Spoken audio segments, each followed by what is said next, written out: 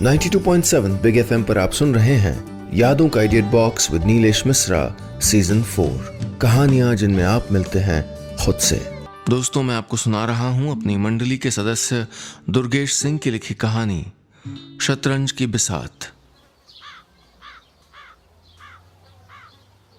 मेरा घर अनूठा तो नहीं था, लेकिन कई मायनों में थोड़ा पुराना और थोड़े पुराने ख्यालात वाला भी था। अब भले ही आप इसको दकियानूसी बात कहें या फिर कहें मेरे दिमाग का फतूर, लेकिन मेरे घर के सारे मर्द अक्सर बाहर रहा करते थे। इनमें बाबा, पिताजी और चाचा थे। वहीं मेरे घर की औरतें, जिनमें चाची, मेरी बहनें और ख़ानदान की भाभियां भी शामिल थीं, वो भी अधिकतर घर के अंदर ही रहा करती थीं। ख़ासकर मेरे घर की औरतों की अगर बात कहूँ तो उनकी आवाज़ मन के भीतर और शरीर पर्दे के भीतर ही रहा करता था। वो तब बाहर आती जब घर के सारे मर्द या तो कबड्डी खेलने चले जाते या फिर वॉलीबॉल। मेरा परिवार खिलाड़ियों का था। मेरे घर के खिलाड़ी दौड़ते थे, भागते थे, दिल की धड़कन बढ़ाते थे, लेकिन घर के बाहर खेल के मैदान पे। घर में आते वक्त सब के सब अपना दिल चौखट के बाहर चप्पल के साथ छोड़ के चले आते। मेरे घर की सभी महिलाओं का समय सुबह के आधे बीतने के बाद से दोपहर के ठीक पहले से शाम तक खाली ही बीतता था। 2-4 दिन का खाली समय आदमी सो के, जाग के, रो के, गा के बिता सकता है, लेकिन खालीपन जब लंबा होता है तो खा लेने को दौड़ता है। इसी खालीपन की छत के नीचे मेरी माँ शतरंज खेलती। उनके साथ खेलने वाला कोई नहीं होता। दादी पता नहीं क्या आसमान देख के सोचती रहती, और बुआ 35 की उम्र में न जाने किसका स्वेटर बुन रही थी। पूछने पे कहती उनके सपनों का राजकुमार आएगा। आंगन से सटे टीवी के एंटीने पे बैठ के कौआ ये सब देखता और चीटिंग होने पे काँव काँव कर देता। दादी कहती कोई आने वाला है। माँ कहती अब किसी का इंतज़ार नहीं। और बुआ कहती कब आएगा मेरे सपनों का राजकुमार। मेरे आंगन में ये महज 3 महिलाएं नहीं थीं, बल्कि 3 पीढ़ियों के दरकते हुए सपने थे। दादी, जिनका सब कुछ बीत चुका था, वो उम्मीद की आखिरी सीढ़ी पे जाके बैठी थीं, जिसके बाद रास्ता आसमान में खुलने वाला था।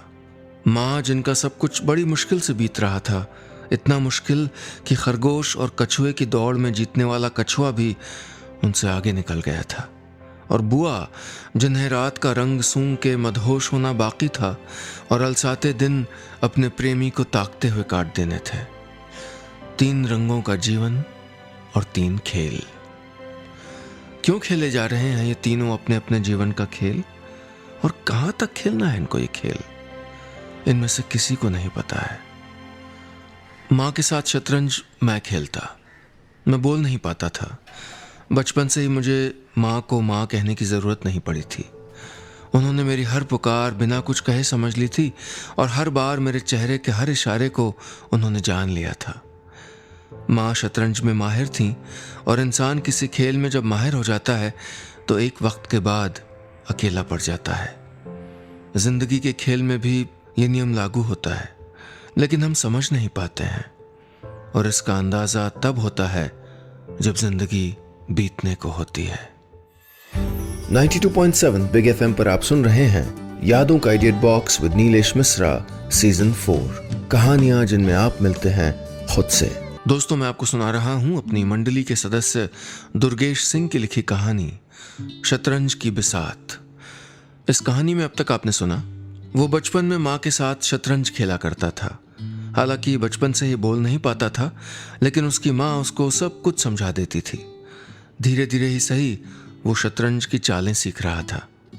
अब आगे। मेरी माँ की जिंदगी भी शतरंज के खेल में बीत रही थी।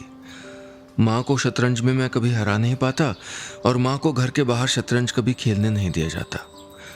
हर गुरुवार को माँ व्रत रखती, और उस दिन भी रखा जिस दिन मेरी पूरी दुनिया बदलने वाली थी। हालांकि उस दिन हमारा दिन और खेल थोड़ी देर से प्रारंभ हुआ। अक्सर गुरुवारों को इतनी ही देरी से होता था। मैं बाहर से खेलते हुए आया कि माँ के साथ शतरंज खेलनी है, तो देखा राजा, रानी, ऊंट, घोड़े और सिपाही सब बिसात के नीचे गिरे पड़े हैं, और बिसात पे माँ का चेहरा गिरा पड़ा है। आंखें अटक गई हैं और सांसें तेजी से चल रही हैं। मैं चिल्लाया, लेकिन मेरी बात सुनने वाला कोई नहीं था। दादी लूडो खेल रही थी। मैंने उनकी सारी गोटियां बिगाड़ दी और एक पैर पे ती ती ती खेल रही बुआ को पकड़ के हिला दिया। उनका संतुलन बिगड़ गया। उन्होंने मुझे घूर के देखा और फिर बाद में दोनों ने माँ को देखा। माँ की सांसें अभी भी तेजी से चल रही थी। मेरे घर के सारे मर्द खेलने गए हुए थे।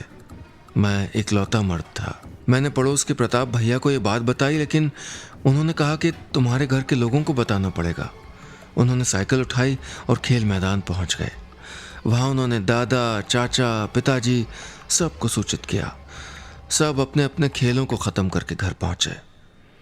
मैंने, दादी और बुआ ने मिलके माँ को बिस्तर पे लिटा दिया था। माँ एक टक ऊपर टंगे पंखे को देखे जा रही थी।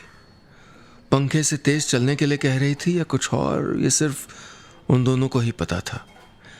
माँ की गर्दन जैसे जड़ हो गई थी, एकदम ध्यान की मुद्रा में, ठीक वैसी जैसी वो शतरंज खेलते वक्त महसूस किया करती थी। माँ को देखने पिता अंदर आए और देख के कहा, कल अस्पताल ले चलेंगे। मैंने पिता से कहा, लेकिन वो बीमार तो आज है। मेरी बात वो सुन न सके। दादी ने कहा, आज नहीं ले चल सकते बेटा, 3 घंटे से किसी से बात नहीं की है इसने। शतरंज की बिसात के नीचे और किनारे बिखरे पड़े मोहरों ने कहा, हाँ, हमसे भी बात नहीं की। राजा उदास था। रानी का सौंदर्य घट रहा था। हाथी दुबला हो गया था और ऊंट को प्यास लगी थी। सिपाही तो ऐसे रो रहा था जैसे उसका कोई सगा बीमार हो। पिताजी ने सबकी बातों को दरकिनार करते हुए कहा, नहीं, कुछ भी नहीं हुआ, ऐसे सब ठीक है। दौरा पड़ा होगा, कल अस्पताल का डॉक्टर ठीक कर देगा। अब ये दौरा किस बात का होता है, मैंने पूछा, लेकिन किसी ने सुनी नहीं। माँ के 50 साल तो इस जिंदगी के दौरे पे बीत गए। उस रात मैं माँ के पास बैठा रहा। आंगन में पड़ी कुर्सी खींच लाया। माँ इस कुर्सी पे हमेशा बैठती थी। कुर्सी पे माँ की परछाई इतनी तारी थी कि खींचते वक्त लग रहा था कि माँ ही बैठी है। जीवन का अस्तित्व अगर प्रभावशाली हो तो परछाइयाँ भी याद रह जाती हैं। मैं भी माँ की परछाई को लगातार देखे जा रहा था। 92.7 बिग एफएम पर आप सुन रहे हैं यादों का edit box with Nilesh Mishra season 4, कहानियां जिनमें आप मिलते हैं खुद से। दोस्तों, मैं आपको सुना रहा हूं अपनी मंडली के सदस्य दुर्गेश सिंह की लिखी कहानी शतरंज की बिसात। इस कहानी में अब तक आपने सुना, वो और उसकी माँ शतरंज खेला करते थे। एक दिन खेलते खेलते जब वो बाजी में अपनी माँ से 20 साबित हो रहा था, तभी माँ को एक झटका आया और उनका पूरा शरीर सुन्न हो गया। अब आगे। माँ को देख के मैंने कहा, तुम ठीक हो जाओगी, हम फिर से शतरंज खेलेंगे। माँ ऊपर पंखे को देखे जा रही थी। इतनी देर तक अगर किसी बेजान चीज को देखा जाए तो उसमें जान आ जाती है। पंखे ने मुझसे कहा, हाँ, जब माँ ठीक हो जाएगी तो हम तीनों शतरंज खेलेंगे। मैंने पंखे से शिकायत की, हम तीनों क्यों? पंखे ने कहा, हारने वाले को हवा की जरूरत होती है, ताजी हवा की। मैं वो हवा दूंगा जिससे जीवन की चालें उल्टी पड़ने लगेंगी और शतरंज की सीधी।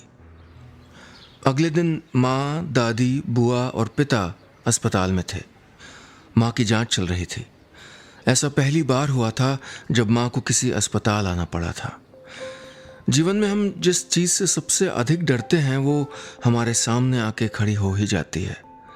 अस्पताल और माँ के बीच जनवरी के आसमान और अगस्त के आसमान का फर्क था, लेकिन इस बार दोनों आसमान एक हो गए थे। जनवरी का आसमान जो फंसा हुआ सा होता है धुएं के बीच, और अगस्त का आसमान जो बरसना चाहता है गर्जन के साथ। माँ 30 सालों से इसी तरह के आसमानों का कोलाज बन के जिए जा रही थी। डॉक्टर ने माँ की पूरी पड़ताल की और पिताजी को बताया कि माँ कोमा में है। माँ कोमा में पिछली शाम सिपाही के एक घर बढ़ने के बाद ही चली गई थी। पिताजी को एक बार लगा कि कोमा में जाना किसी व्यक्ति के लिए अच्छी स्थिति नहीं है, लेकिन उन्होंने डॉक्टर से कहा, कब तक बाहर आएगी? माँ के संबोधन में पिताजी अक्सर बिंदी यूं ही हटा लिया करते थे। इस बिंदी के हट जाने से माँ के माथे की बिंदी भी हट जाया करती थी। डॉक्टर ने पिताजी से कहा, पता नहीं लेकिन हम कोशिश करेंगे। मैं डॉक्टर की बातें सुन के माँ के पास जाके बैठ गया और उनको बता दिया कि डॉक्टर ने कहा है कोशिश करेंगे। माँ की कोई प्रतिक्रिया नहीं आई। आने वाले दिनों में भी माँ इस तरह से कोई प्रतिक्रिया नहीं देती थी। जब भी माँ इस तरह से कोई प्रतिक्रिया नहीं देती तो मुझे लगता कि माँ अब प्रतिक्रिया दे रही है। धीरे धीरे पूरे परिवार के लिए माँ बिस्तर पे पड़ी एक न बोलने वाली और न ही हिलने वाली महिला हो गई। माँ और कोमा दोनों एक दूसरे के पूरक हो गए। इस सन्नाटे को तोड़ता था मैं, जो खुद एक सन्नाटा बन के माँ की जिंदगी का हिस्सा सालों से बना हुआ था। पिता को माँ की बीमारी से कोई गंभीर फर्क नहीं पड़ा था। वो अस्पताल आते जाते रहते थे और अपना खेल खेलते रहते।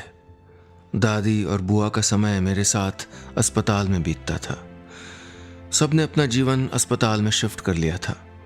दादी दिन भर आने जाने वालों को अस्पताल के अंदर देखती रहती और बुआ नोटबुक पे लाल कलम से खड़ी पाइयाँ खींच के ती ती ती खेला करती थी।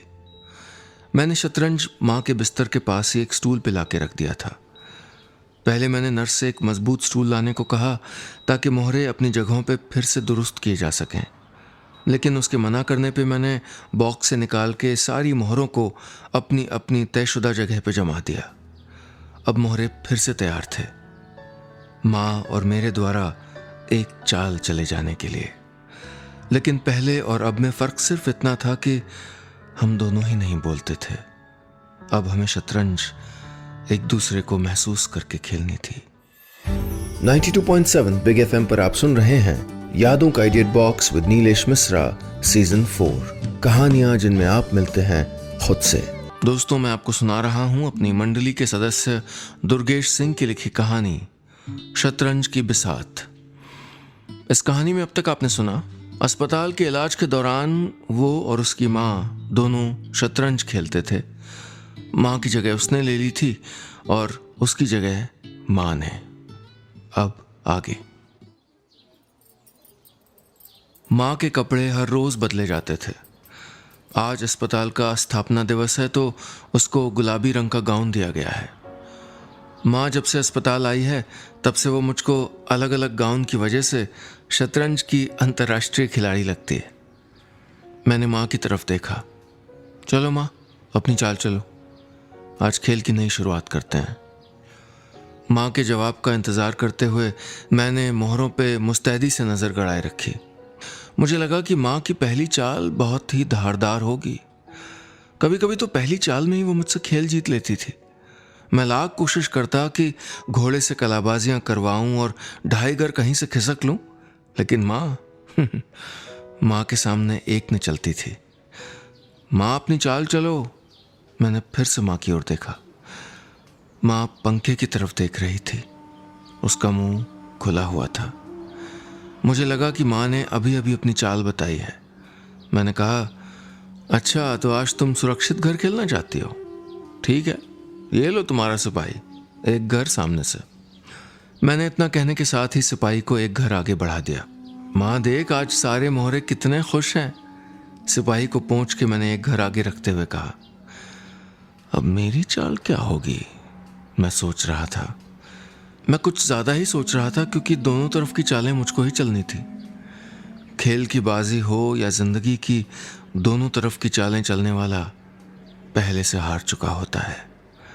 वो एक ऐसी धुन का कोरस होता है जिसके बजने का असर नहीं होता, लेकिन बजते रहना जरूरी होता है।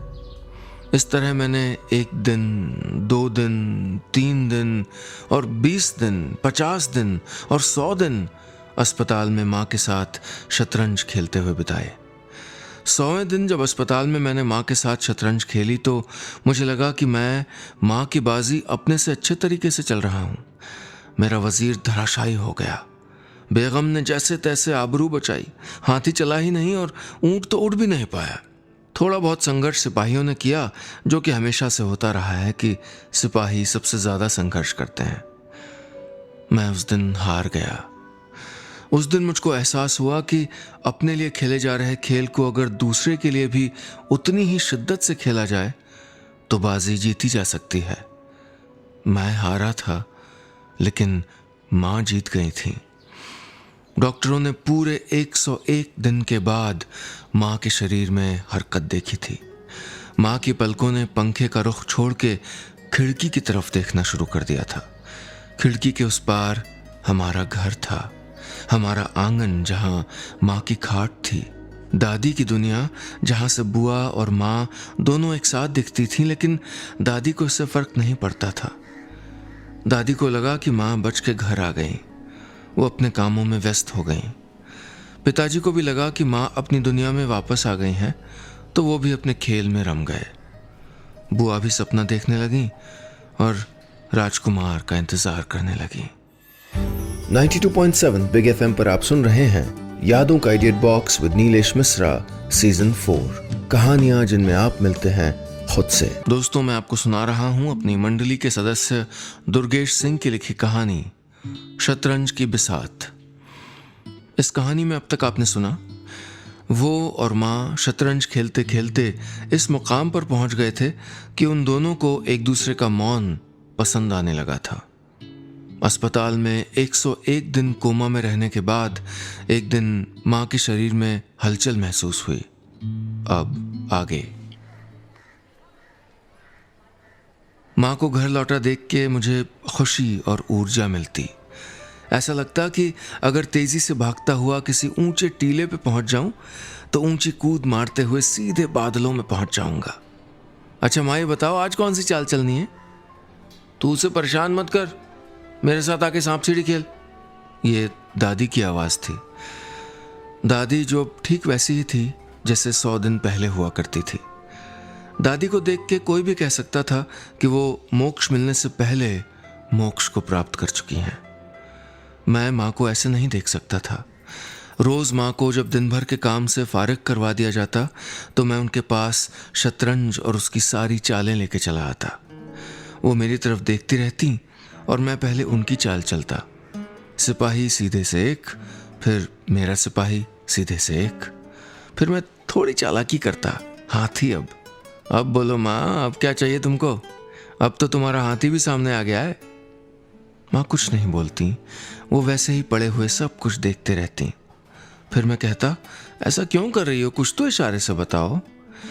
मुझे माँ के इशारे दिखते नहीं थे, लेकिन समझ में आ जाते थे। मैं कहता, अच्छा तुम ऊँट लेके आगे बढ़ रही हो, ओके, मैं तुम्हारी ये चाल भी विफल कर दूंगा। इसके बाद मैं पूरी बाजी को पूरी शिद्दत के साथ खेलता। अक्सर चालें चलते वक्त कोशिश करता कि माँ बाजी जीत जाए, लेकिन इन सब के पीछे मेरा मकसद सिर्फ एक ही था कि वो मुझको देखें और कहें कि देख, तुझे तो खेलना आ गया बेटा। लेकिन माँ ऐसा नहीं कहती थी, कभी भी नहीं। मेरा जोश नहीं गया। मैं हर दिन उसी जोश के साथ माँ के लिए शतरंज खेलता था और हर दिन मैं माँ को बाजी जितवा देता था। और अगर कभी बाजी नहीं जितवा पाता था तो बाजी बचा लेता था। अगले दिन से बासी बाजी फिर शुरू होती थी। अस्पताल से घर आने के बाद मेरा और माँ का रिश्ता अगले कुछ दिनों तक ऐसे ही चलता रहा। मैंने कभी भी माँ को बोलते नहीं सुना, सिर्फ महसूस किया। इस महसूस किए जाने में सबसे ज़्यादा शतरंज का खेल था। मेरे घर के लोगों को धीरे धीरे पता चलने लगा था कि मैं शतरंज खेलने लगा हूँ। एक दिन पिता और बाबा ने मुझको घर के बाहर बारामदे में बुलवाया। गणित वाले माट साहब, जिनका दिमाग पूरे गांव में सबसे तेज था, उन्होंने मुझसे एक एक हाथ करने की सोची। मैंने 55 मिनट तक चले खेल में गणित वाले माट साहब को हरा दिया। उसी दिन उन्होंने पिता से कहा कि इसको इंटर कॉलेज लेवल प्रतियोगिता में भाग लेने के लिए भेजिए। मैं अंदर गया और माँ मेरी ओर देख रही थी। वो खुश थी। मैंने उसको बताया कि मुझे दूसरे शहर शतरंज खेलने जाना है। वो और खुश हुई, लेकिन किसी को समझ नहीं आया कि वो खुश है सिवाय मेरे। और मैं अगले कंपटीशन में भाग लेने के लिए तैयार था। जहाँ सब बोलने वाले हों, वहाँ मेरे जैसे न बोल पाने वाले आदमी का शतरंज खेलना अनूठा था। माँ को छोड़ के घर से बाहर जाने का वो दिन आखिरकार आ गया। 92.7 बिग एफएम पर आप सुन रहे हैं यादों का idea box with Nilesh Mishra season 4 कहानियां जिनमें आप मिलते हैं खुद से। दोस्तों, मैं आपको सुना रहा हूं अपनी मंडली के सदस्य दुर्गेश सिंह की लिखी कहानी शतरंज की बिसात। इस कहानी में अब तक आपने सुना माँ की बीमारी की हालत में घर के अंदर वो अक्सर अपनी चालें खुद चलता। पिताजी ने यह देख के कॉलेज में उसको खेलने को कहा। आने वाली बड़ी प्रतियोगिता में खेलना उसकी बहुत बड़ी उपलब्धि थी। उसने ये बात माँ को बताई और प्रतियोगिता के लिए निकल पड़ा। अब आगे मैंने माँ का आशीर्वाद लिया। पिता ने कहा, जल्दी निकलो। मैं निकला और उन्होंने मुझसे कहा, यह गेम तुम्हें जीतना है। मुझे माँ की याद आई। वो मुझसे कभी नहीं कहती थी कि कोई गेम तुमको जीतना है। वो हमेशा कहती थी कि ये तुमको खेलना है। पिता और माँ में यही फर्क होता है हमेशा से। मैं पहुंचा, सब तरफ टेबल लगे हुए थे। मेरी उम्र के लोग और मेरी उम्र से अलग के लोग चारों तरफ बैठ के खेल रहे थे। मैंने गणित वाले माट साहब से इशारे में पूछा तो उन्होंने कहा कि तुम्हारा नंबर अभी थोड़ी देर में आएगा। मुझे माँ की याद आई। वो कभी नहीं कहती थी कि तुम्हारा नंबर थोड़ी देर में आएगा। वो हमेशा कहती थी, चल शतरंज खेलते हैं। मैंने अपने नंबर का इंतज़ार किया और माँ को याद किया। माँ को याद करने के बाद मैंने गेम शुरू किया। मैंने पहली ही चाल 2.5 घर घोड़ा दौड़ा के की। कुल फिर सिपाही और फिर वजीर। कुल 15 मिनट लगे मुझको ये बाजी जीतने में।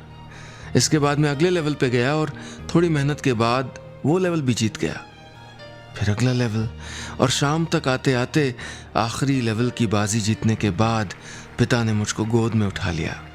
गणित वाले माट साहब ने मुझको लड्डू खिलाया। अगले महीने मुझको लंदन जाना था, जहां मेरे जैसे ही बच्चों का एक कंपटीशन होना था। मेरे ख़ानदान से पहली बार कोई विदेश जा रहा था। मैंने सोचा ये खबर मैं माँ को सुनाऊंगा क्या, महसूस करवाऊंगा। इसके बाद मैं पिताजी की साइकिल पे बैठ के माँ के पास पहुंचा। वो लेटी थी, वैसे ही जैसे पहले लेटी रहती थी।